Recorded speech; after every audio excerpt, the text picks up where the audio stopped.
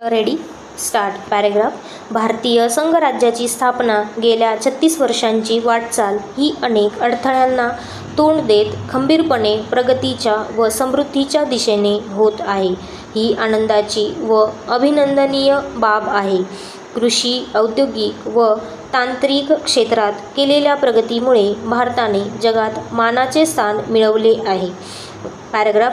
गतकाळाचा आढावा घेता या काळात ज्या समस्या निर्माण झाल्या त्यांचा विसर पडून चालणार नाही, परंतु भारतीय जनतेने एकजुटीने या सर्व समस्यांना तोंड दिले व प्रगतीची आपली यशस्वी वाटचाल पुढे चालू ठेवली. पॅरेग्राफ. यंदाचे वर्ष हे राज्याचे रौप्य महोत्सवी वर्ष असल्याने त्यास विशेष महत्त्व आहे. अनेक क्षेत्रांत विशेषतः गरिबांच्या व दलितांच्या उन्नतीसाठी हाती घेतलेल्या कार्यक्रमात महाराष्ट्र राज्य संपूर्ण देशात अग्रेसर राहिले आहे.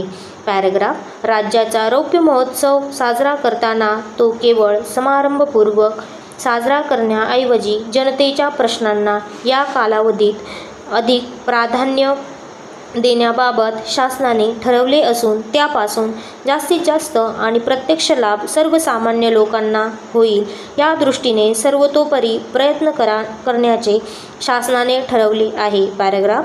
7व्या पंचवार्षिक योजनेत महाराष्ट्राला 10,500 कोटी रुपये निर्धारित करण्यात आले. या कालावधीत विकास क्षमता, सामाजिक न्याय, आत्मनिर्भरता, अधिक कार्यक्षमता, अधिक रोजगारांची नवनिर्मिती व गरिबीचे उच्चाटन ही उद्दिष्टे आहेत. पॅरेग्राफ. प्रादेशिक असमतोल दूर झाल्याखेरीज राज्याच्या विकासाची प्रक्रिया पूर्ण होऊ शकणार नाही. त्या दृष्टिकोनातून प्रादेशिक असमतोल दूर करण्यासाठी 1,500 कोटी रुपयांची तरतूद करून शासनाने ठोस पाऊल उचलले आहे. विदर्भ, मराठवाडा व कोकणासाठी विकासाचा विशेष कार्यक्रम नुकताच जाहीर केला. उर्वरित महाराष्ट्रातील व अवर्षणप्रवण भागांसाठीही विशेष कार्यक्रम शासन तयार करीत आहे. पॅरेग्राफ. अवर्षणाची झळ राज्याला परत एकदा बसली आहे. कमी पावसामुळे 17 जिल्ह्यात दुष्काळी परिस्थिती निर्माण झाली. या परिस्थितीवर मात करण्यासाठी महाराष्ट्रात शासन सर्वतोपरी प्रयत्न करील व या दुष्काळाची झळ जनतेला कमीत कमी पोहोचावी यासाठी शासन प्रयत्नशील आहे. पॅरेग्राफ.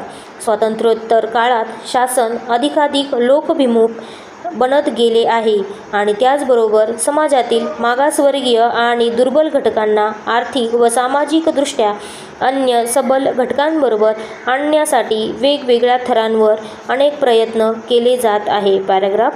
समाजातील दुर्बल घटकांचा विचार करताना अपंग व्यक्ती ही समाजातील दुर्बल घटकातच मोडते ही वस्तुस्थिती आपणास मान्य करावी लागेल. पॅरेग्राफ. समाजातील या अतिदुर्बल घटकांचे प्रमाण ढोबळमानाने 10% आहे आणि त्यानुसार महाराष्ट्र राज्यात अपंगांची संख्या जवळपास 6 लाख एवढी प्रचंड आहे. समाजातील एवढ्या मोठ्या संख्येच्या घटकावर आपण लक्ष द्यावयास पाहिजे तेवढे लक्ष दिले नाही. 1981 हे वर्ष म्हणून संबंध जगभर पाळले गेले आणि त्या निमित्ताने देशात तसेच महाराष्ट्रातही सर्वसामान्यांचे लक्ष अपंगाच्या समस्येकडे वेधले गेले. त्या दृष्टीने महाराष्ट्र सरकार अतिदुर्बल आणि अपंगांसाठी स्वतंत्र आयोग स्थापन करून सरकारी कार्यालयात नोकरी देण्यास प्रयत्नशील आहे.